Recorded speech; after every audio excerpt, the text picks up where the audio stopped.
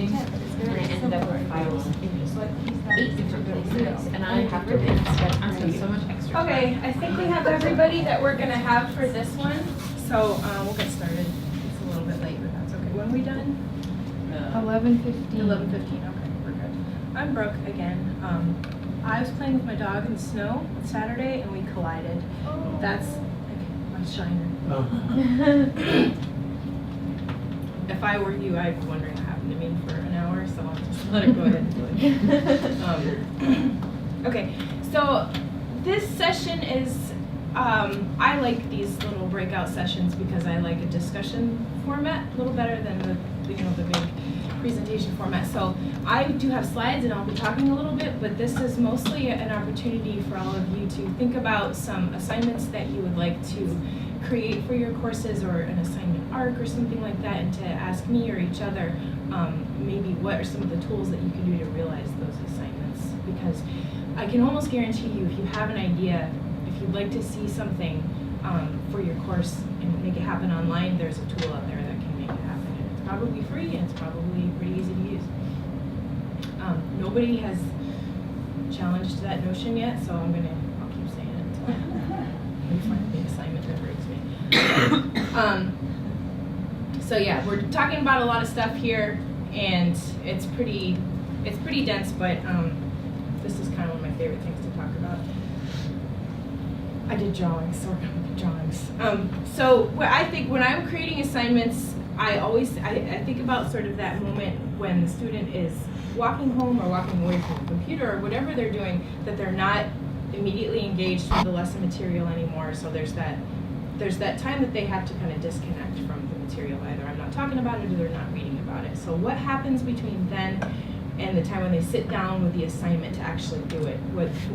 How does the assignment speak to them, and how does it speak to the material that they're meant to be understanding or covering? And ideally, this is what my student looks like when they have my assignment in front of them. They're like, this is thought-provoking. I can understand the potential use of this assignment. And I'm really going to think about it. I'm going to make every effort to demonstrate my ability to interpret material, for example, for a World Lit course. But I have experienced this as well, especially as a first-time teacher, maybe like 10 years ago. This is probably what my students were experiencing when they were sitting down to my assignments, because I wanted to do, I had these great ideas that probably didn't have a lot to do with, writing an academic essay, which was the first course that I taught. So I think the goal is not just to create a memorable assignment or memorable assignment, but also to create something that's useful and that students can walk away with some retention, and that for you as the instructor effectively has demonstrated something that you are hoping to teach, that fulfills the goal. So I try to keep that term in mind, which somebody had to tell that to me before I started getting my assignment creation in order. I think they're demonstrating an ability. They're not showing me their ability to memorize by rote. They're showing me an ability to demonstrate. So right away, I'd like it if on the Google Plus community, there's a category called assignments. If you just take about 5 to 7 minutes and let us know what one of your favorite assignments was that you either got to do, or that you created, or that you heard about, and how did the assignment usefully guide the student to demonstrate their learning, the student review.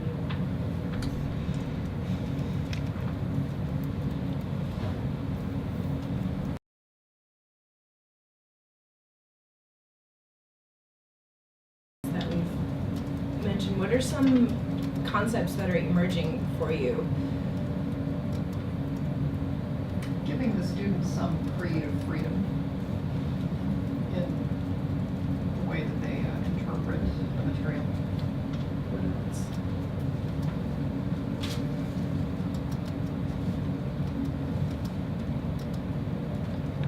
Sorry, what was the question? Just some of the concepts that are emerging from these assignments.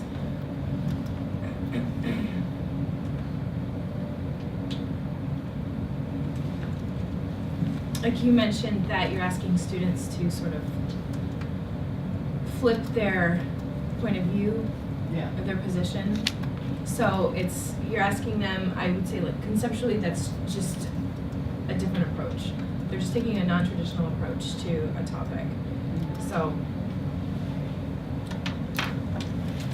that's very broad, but that's a concept. So what else? Reaching to audiences outside of the instructor. I know a lot of them are putting things out for publication.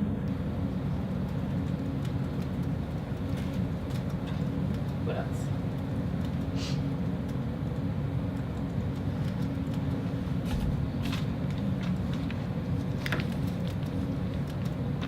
Students are actual participants in their learning, so they just keep passively sitting there, they're actually doing something. Just sort of trying to.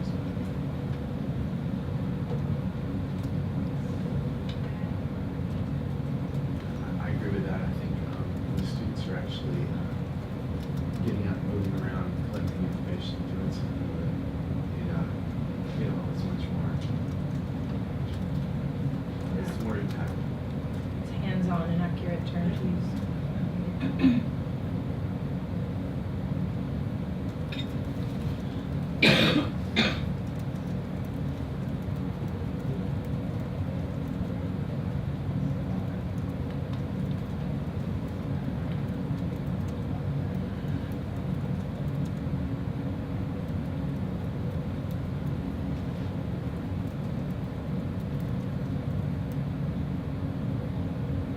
Sean, how would you characterize this assignment? Thanks for that. They're engaging like with the larger community. Application. The world is, yeah.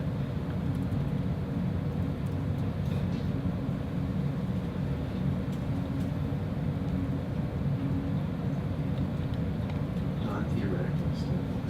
Very practical.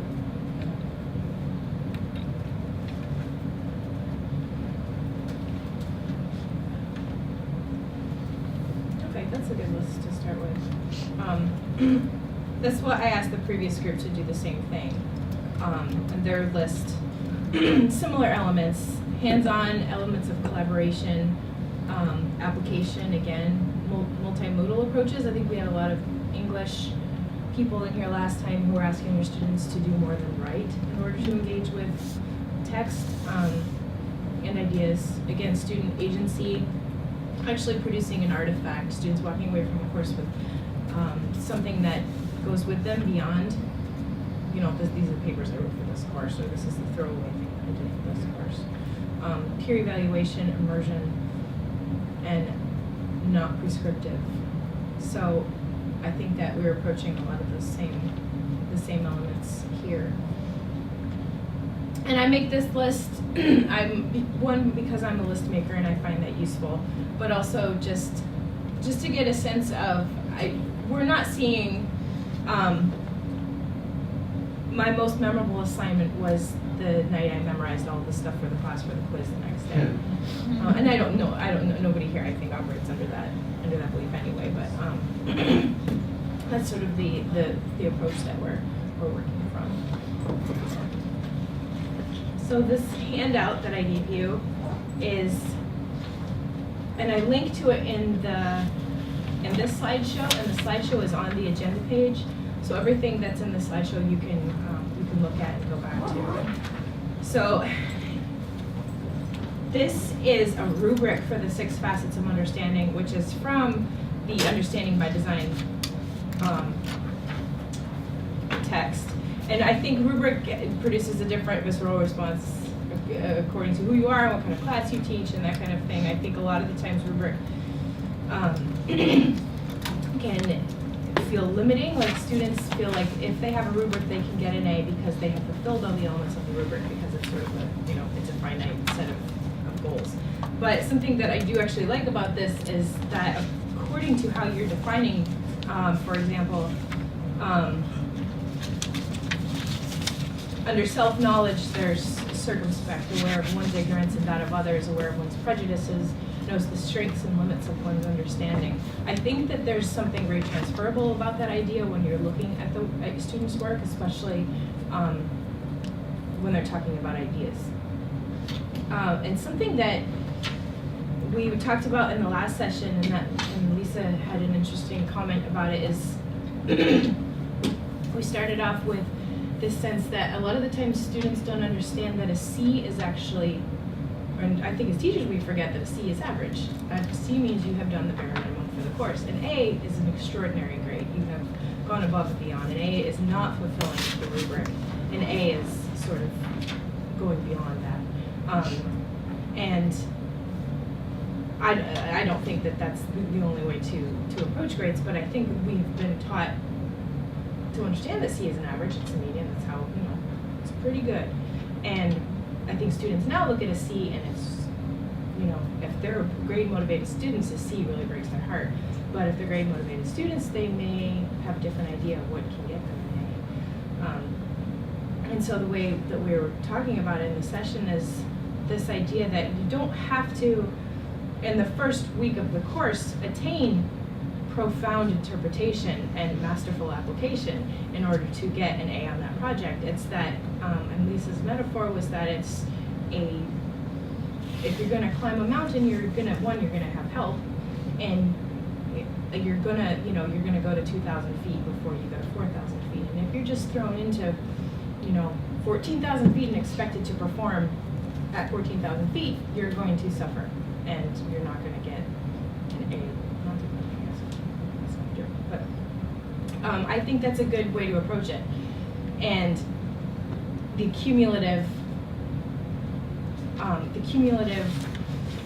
I guess, demonstration ultimately for a course is what I'd like to try and do, instead of having, like I said, a series of discrete assignments. Is this something that assignment 1 reflects, or assignment 2 reflects assignment 1, and then we can continue to build. But in A, or this, level of self-knowledge, empathy, etc., is going to evolve also. My expectations are going to be different. Week 1 and they're going to be in 15.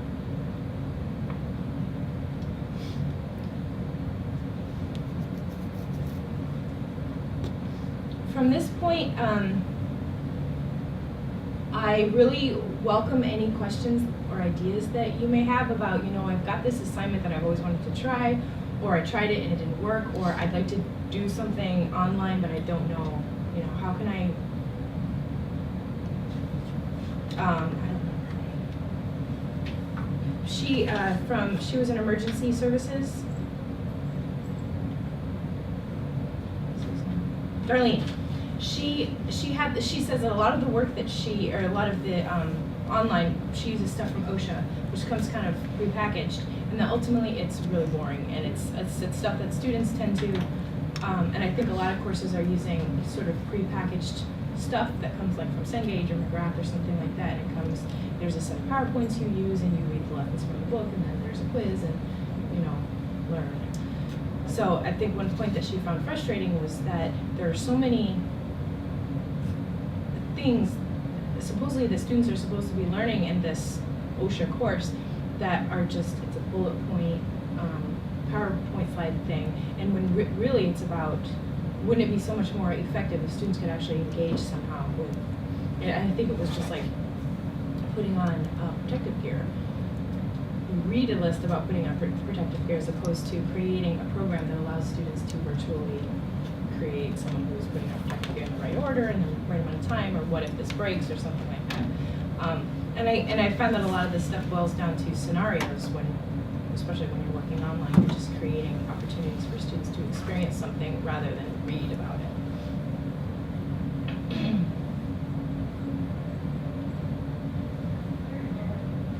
Does anybody, I want to phrase the question open, but has anybody found a way to work around that or encountered that problem that Darlene was talking about, that existing ways of approaching an issue were too limited to you, and so you created a new kind of assignment? It's really nebulous.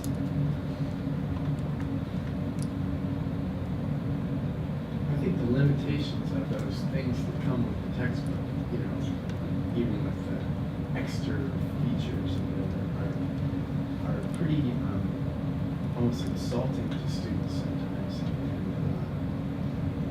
really requiring them to do a lot of it is just I think they feel that you're just not investing in it for yourself as much as they really pay attention. I've seen a lot of instructors use those publisher materials and like they put them in a Blackboard shell and just make them available for students as self-assessment. Yeah. And they say you can do them if you want, and some students do. And it just helps a student as a little learning experience, and they have a more rich assessment later on. I think it's like supplementary materials. Supplementary. Actually, we should talk about the same gauge for one of the class activities that I did is basically, I did print off the PowerPoint, just wanted to kind of get on the highlights, but then I also printed off the quiz, and I told them at the beginning, it's this syllabus, you have class discussions, include quizzes, so be ready. And so they hadn't had them for a while, so okay, today I'm not gonna lecture, we're just gonna do the quiz. So they go, okay, so they did the quiz, and they were gonna turn it in, and I said, no, we're gonna go around the class, everybody's gonna read off, one of the questions, and we have a discussion about the answers. If the answer wasn't right, we'd say, well, why not? And it seemed to them sometimes two answers were correct, but it could be, though, we distinguish why one seems to be the better answer when you look at the question. So, and then it just, a lot of discussion came up, a lot of issues, ethical issues, and then that also helped people to hold them back in part of the class is to learn to make a decision and how to reach a decision by using the model that they selected at the beginning of the first class. And they said, wow, this is really great. I mean, it wasn't punitive. They didn't feel like, oh, just because I got something wrong, I got punished, because, we were able to discuss it. And right there, instead of, I think, who was the instructor this morning, he says, a lot of times they get the test, we take it back, we take a while to, grade it, and then give it back, and the feedback is not immediate. Where this is immediate feedback. And they really enjoyed it. So that's how I use the It's better, right? yeah. Mhm. And then this Thursday, I kind of formatted it again, and I'm gonna take the idea, the Jeopardy idea, Mhm. and I'm borrowing the buzzers, and we're gonna do that. And then it's an informed consent, like I said, and then they have to sit down afterwards in a group, and they have to say, okay, what should be in an informed consent, and why, and, see if it's in the ethical model, if it's legally required. So they have to actually work and create their own form, and it's also practical because they need to put in their risk management folder that they have to turn in, and which they'll get back, but they can use that when they go out and practice. So I thought, wow, you guys are giving great ideas, but, it also helps to have some, instead of me thinking of the questions, the questions are there. Exactly. So. I think you're making use of the tools available to you. You're actually, Because I think if I just leave it there, it says, here, use it if you want, they're graduate students, they're working full-time, they have 2 or 3 classes, they won't, if it's not required, if they're not gonna get any points for it, unless they have time, they won't, because they have families and kids, so I totally understand. But if I can integrate it into the classroom and make it fun, and to learn, because usually if you have fun, you learn. right. Yeah. And the stakes were low. Yeah, the Other stakes than are like low. the public forum of discussing it, but, Within your class. right, And it has to stay in the class, so. yeah. I think that's a great idea, and I love to use discussion in my course, and the only thing I don't like about it is that you lose immediacy, which, and it's possible, and I think, Kate, you said you use Collaborate? Yeah. So there are ways to create that immediate environment online, but if you've got students like in Bethel, where from Bethel, Mhm. okay, where the bandwidth is, Like a drop. yeah, yeah, that's frustrating. Yes. Yeah. And that just, one of the realities maybe you just can't do that, but there are other ways to, I think, generate discussion, and that's, I really like, because I don't think they're useless. I don't think that publisher material is useless. I think, though, it's there to be manipulated. Yeah, like it's a springboard if Yeah. you want to use it. Mhm. Madera, I think, talked pretty succinctly about making work public. Like it's not this, we 100% make every discussion every student has in every online course public all the time. That it's a choice that we make, and there are reasons to keep discussions private and reasons to make work public. And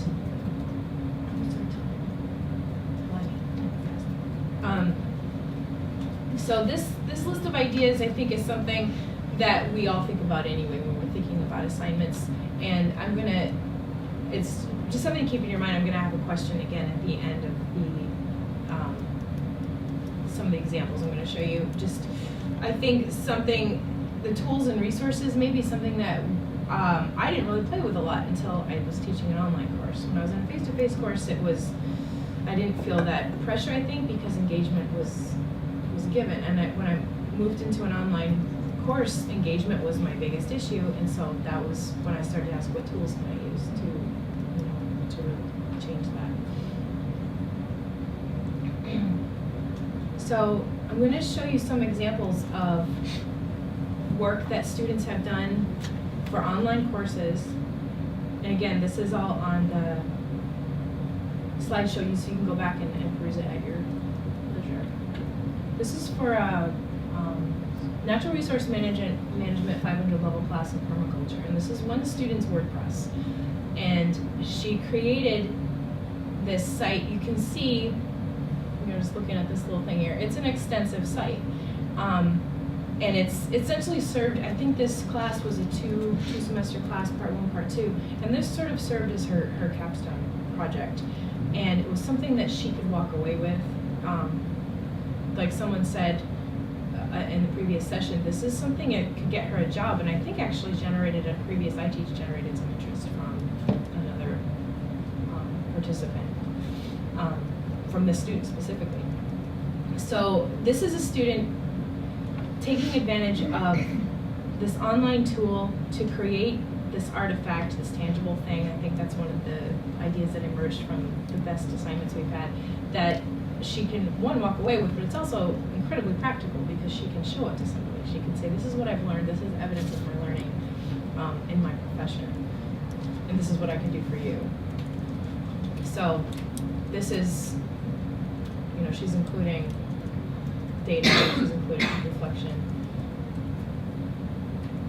and it's really useful. It's a useful project to look at, and the site itself you can look at here under permaculture. So maybe get a sense of what the environment of the course and why this was a useful project for the course, because we're not just looking at sending students out with stuff so they can get a job, but there's the culture of the course itself that I think should take precedence. I think that's maybe debatable. So Jen Moss, who you just spoke with, made a teaching tip. Lots of good stuff on I Teach You, on your teaching tips, tools specifically. I come from a liberal arts background, I teach English, and so a lot of the examples that I have are very different from this, and I want to be sure every time to include something that's a little bit more data-driven. But I think, again, one of those concepts we were talking about is asking students to engage in a multimodal way with material. So students in an English course, maybe ask them to engage with the text in ways other than writing. But there's some good just examples here, and I think a lot of these are free, and a lot of these are fairly intuitive that walk you through how to create this kind of chart. What can you use this for? A lot of that is what is in the teaching tips. And I've also included a couple of these examples from my course, because I pay a lot of attention. I have the luxury to pay a lot of attention to creating. It's a world lit course. It's a student that fulfills a requirement for a lot of students. I think I've had a couple hundred students, and 2 of them have been English majors. So I have all different kinds of students coming in, which sometimes I like, sometimes it's a little bit of a bummer. But so I had a student who was in wildlife biology, and her final project, which I do tend to leave open-ended, but I give them lots and lots of examples. I say you can do anything you want, and here is what maybe students before you have done, because a lot of them are just like, I can do anything I want, and they're just frozen. They're like, I'm going to write a paper because that's anything I want. so she had this knowledge of the social hierarchy of hyenas, and which is matriarchal, and she applied it to the tale of Genji, which is an old Japanese novel, and Genji is very much sort of like a womanizer, and so she took this really complicated structure of hyena groups, social groups, and applied it again to this fairly complicated idea of the life of Genji.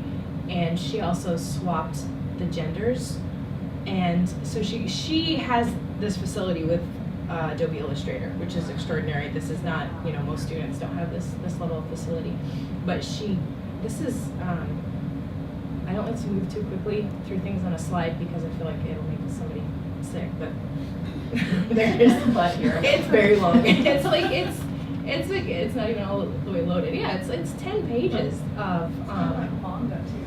yeah. Yeah. It was, and it's really simple. It's every page, it's hyenas talking to each other. Every page, and it's fascinating. But she also wrote an analysis for the project at the end, so I haven't completely eliminated that element of it, but I think that reflection is a crucial part of, are they doing it? Is that what that is? Nice. Under the moon? Going up that way. Yeah. But this was, I think what's relevant about this and what she recognized in her reflection is that she was able to recognize concepts, which is, that's the point of the way we focus on the material in the course. And it was a broad project. It was an approach that I don't know if some of them may or may not have understood the goal of it. The goal being, to think orthogonally, to approach this material. And the tale of Genji is not about living in Japan. It's not about Genji, it's about the way we approach relationships and the effects that this has on our future choices that we make, etc. So this to me was extraordinary evidence of her ability to interpret a text. And that assignment, a lot of these, I'll show you this one. This is about the tool, CSI Medea. So this is a student using, she gave me permission to share this interview. She's using Pixton. Is anybody familiar with Pixton? It's an online comics generator, and I love it. I think there are some drawing purists out there who really don't want students using this because students aren't actually putting pencil to paper, but my approach is that it depends on, I'm either asking students to learn how to draw in order to interpret material, or I'm asking them to use visual elements to interpret material. I'm not asking them to learn how to draw. I'm asking them to utilize their existing knowledge of visual elements, which we all have. I think they just don't know they have it. But she created this comic. So this is the kind of stuff Pixton is going to give you pre-existing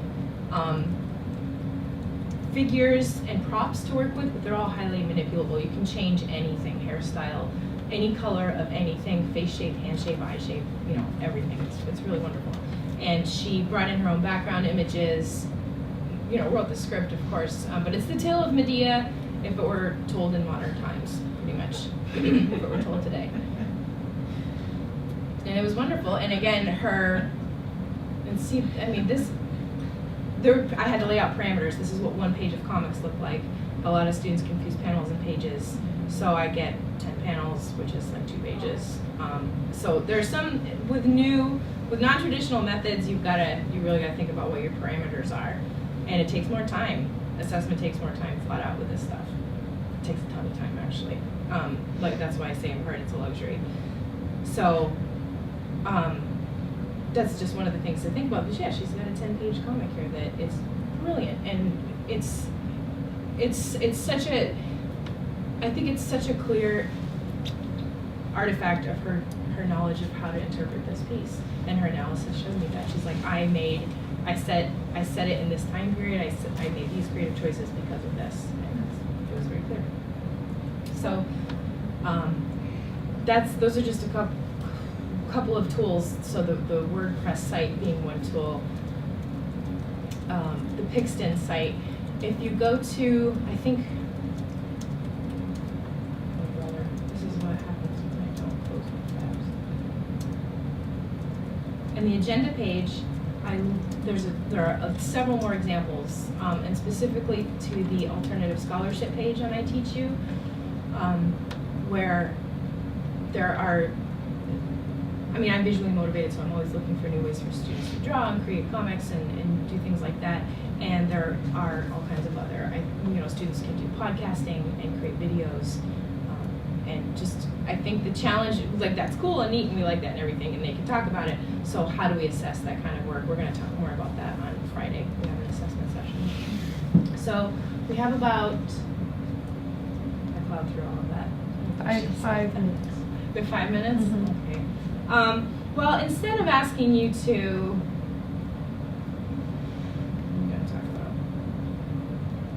instead of asking you to post to Google Plus about this, I would just like to take our last few minutes and thinking about an assignment that you've got in mind. If you've got one, like a dream assignment, maybe you've got an understanding that not every assignment in your class is going to be this incredible, transcendent experience for every student. That sometimes you got to give a quiz. Sometimes you have to, assign an essay, but you don't always have to do that. So what are some assignments that you've been thinking about that you think, that idea that I mentioned at the beginning, is there something you feel like you haven't, maybe it's that, how do I create an online discussion, or how do I create something that sort of reflects that immediate communication that students can have in the course, in a face-to-face course? And we have this course too, so that's a challenge to create. Yeah. Do they call in, or is it like It's a a? video. Okay. And is it a connectivity challenge, or? Well, for this Jeopardy game it is, because they don't have buzzers, they're there. And so I decided that the students that are their team members will have to also watch them, and they'll wave at them. So that's how it's going to be with the presentation. They're going to have somebody in class working the in-class logistics, and they'll also, present somehow. So, yeah, It's a challenge, but It's I'm a leaving it challenge. to them because usually students are very innovative. no kidding. Well, yeah, a lot of times if you just give them a goal, Uh-huh. and you don't have to give them the particulars of the goal, they'll just. And I'll have ideas, and then it's like kids, you tell them, okay, this is what you want to get to, and then they'll figure it out. And I go, wow, that's even better than my idea, which I didn't tell you. Yeah. Because if I told them my idea, it might be a little bit limited, so it's nice to let them figure it out. Because they know about all this other stuff that's out there. Yeah. That's true. And I think a lot of the times, the other day I was like, I use Google Slides for everything now, because I got rid of Slide Rocket, which I really liked. So I'm gonna find some new slides. So I just Googled slide presentation software or something free, and I got some stupid stuff. And then I got some stuff that I had never heard of before, and I just went and did maybe 10 minutes of exploring, and I still use Google Slides for this because I didn't find anything better. But there's a ton of stuff out there, and I think that, like in class, what do I want to say, like survey software or something, Socrative, for example. Let me put it on this list. here. What's Socrative? Well, I'm gonna put the link to it here, since we're running out of time, just to make sure. So examples. So, am I calling it the right thing, Dan? Socrative? Yeah. Socratic. Socrative. Socrative. So, we also, Rourke Peterson, who's one of our site fellows this year, or for 2014, wrote a teaching tip on Socrative, yes, which is visualizing student understanding has never been clear. So, is anybody more prepared to give us a succinct explanation of what Socrative is? Go ahead. Yeah, so there's a couple tools out there. Socrative is one of them, and the other one is Slido, where basically, and that's sli.do, and basically you can interact with your students via their mobile devices while you're giving a presentation. So you can give them a prompt, and they can provide feedback. They can ask questions while you're actually talking to them. So then you can refer to those as they continue the answers. They can use regular computers too. Yeah, I was just saying in any the device classroom. with a browser type thing. Yeah. In So your web it enabled kind of device. replaces clickers in an auditorium. Yeah. And it might be perfect if you have like a mixed class of people in front of you as well as remote. And you're on a teleconference, that would, There was an instructor saying that, for instance, in a physics classroom, you could give them a problem, and they would come up, and then everybody would vote on. You could give them a range of answers, 2 or 3 answers, and then they could select which one, and then you could kind of see basically are they getting what I'm saying. It's a way to immediately assess student understanding as you're proceeding. And the Slido gives you them the ability to ask questions as you're proceeding, so you can respond to those. Like in a lecture hall format, it's nice if you have a large number of students, you can kind of let them percolate for a while. And students who don't feel comfortable maybe raising their hand or speaking out can still still interact with you. It's pretty. And in an online setting, it allows you to bring those online students into the room in a synchronous session. They can try and get in that way. And I think like Socrative, you don't have to have you don't have to create a login account or anything. You just join that classroom. Join the that morning session. the students don't. The students don't, right? Okay. Yeah, if you're hosting it, you do it. And there's a proliferation of those kinds of tools. So if you're interested in investigating that, there's lots of different options out there for you. And okay, this page. So this is the agenda, the iTeach agenda page for this session, where I've included the link to the slideshow and all that stuff, but also to the alternative scholarship page on here. You can look at another WordPress site, I think, for a social work student, and all kinds of. Oh, these are so great. Just all kinds of tools that you can explore and think about how students can use these tools to create evidence of their learning.